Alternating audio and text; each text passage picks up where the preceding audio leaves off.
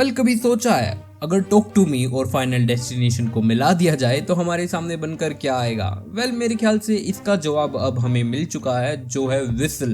2026 की ये मूवी इस क्राइटेरिया में फिट बैठती है। मैं इसे दोनों पिक्चर्स की कॉपी तो नहीं कहूंगा, पर कॉन्सेप्ट काफी सिमिलर है। बात कर ली जाए इसकी स्टोरी की तो देखो, कुछ टीनेजर्स, जैसा कि हम कितनी हॉरर मूवीज में देखते हैं, अगेन किसी कर्स्ड ऑब्जेक्ट के साथ बकचोदी कर देते हैं। And we all know horror movies के अंदर तुम कर्स्ड ऑब्जेक्ट के साथ कुछ छेड़छाड़ करोगे तो क्या होने वाला है। अब हालात कुछ ऐसे हैं कि एक मिस्टीरियस चीज या फिर एंटिटी इन्हें एक एक करके हंट कर रही है। टॉक टू मी की तरह ही इसमें भी कर्स्ड ऑब्जेक्ट है, दोनों में ही टीनेजर्स हैं, और अगर तुमने मूवी देख के रखी है तो और भी काफी चीजें सिमिलर है। बट पर्सनली मैं कहूंगा कि ये मूवी टॉक टू मी से ज्यादा फाइनल डेस्टिनेशन के करीब है।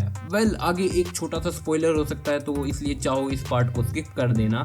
तो देखो, जो एंटिटी इन लोगों ने समन की है वो इनकी एक्चुअली डेथ ही है। That itself same like final destination, you can't evade death. यानी कि इनकी डेथ तब तक चैन से नहीं बैठेगी जब तक वो इन्हें अपने साथ ले नहीं जाती। फाइनल डेस्टिनेशन में भी कुछ ऐसा होता है कि तुम फेट को नहीं बदल सकते। अगर तुम्हारी डेथ लिखी है तो वो होकर रहेगी। बट इस मूवी में अलग ये है कि विसल का इस्तेमाल करके तुम डेथ को टाइम से पहले समन कर सकते हो। दोनों ही पिक्चर्स में जो शॉक फैक्टर हमें देखने को मिलता है वो है how the character dies. Because देखो, हमें पहले से पता है कि कईयों की लंका तो ऑलरेडी लग चुकी है एंड वो तो बचने नहीं वाले। लेकिन असली फैक्टर देखने वाला ये होता है कि इनकी मौत एक्चुअली होगी कैसे।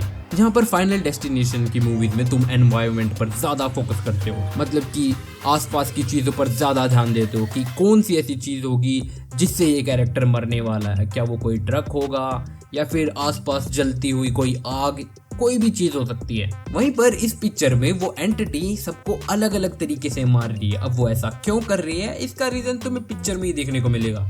लेकिन इन सब के बावजूद भी ये मूवी तुम्हें बहुत ज्यादा अनइंटरेस्टिंग या बोरिंग क्यों नहीं लगती?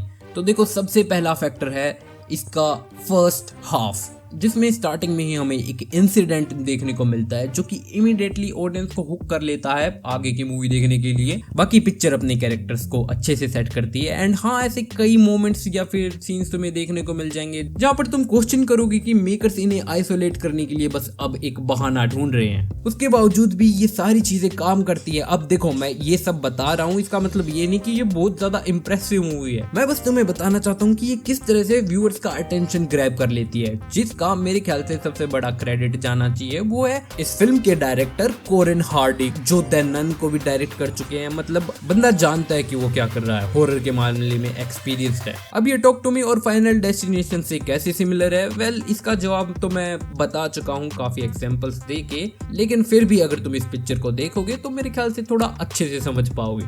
चैनल पर नए हो तो मुझे सपोर्ट करने के लिए लाइक एंड सब्सक्राइब करो एंड कमेंट करके बताओ कि क्या ये पिक्चर दोनों मूवी से सच में मेल खाती है। तब तक के लिए अलविदा।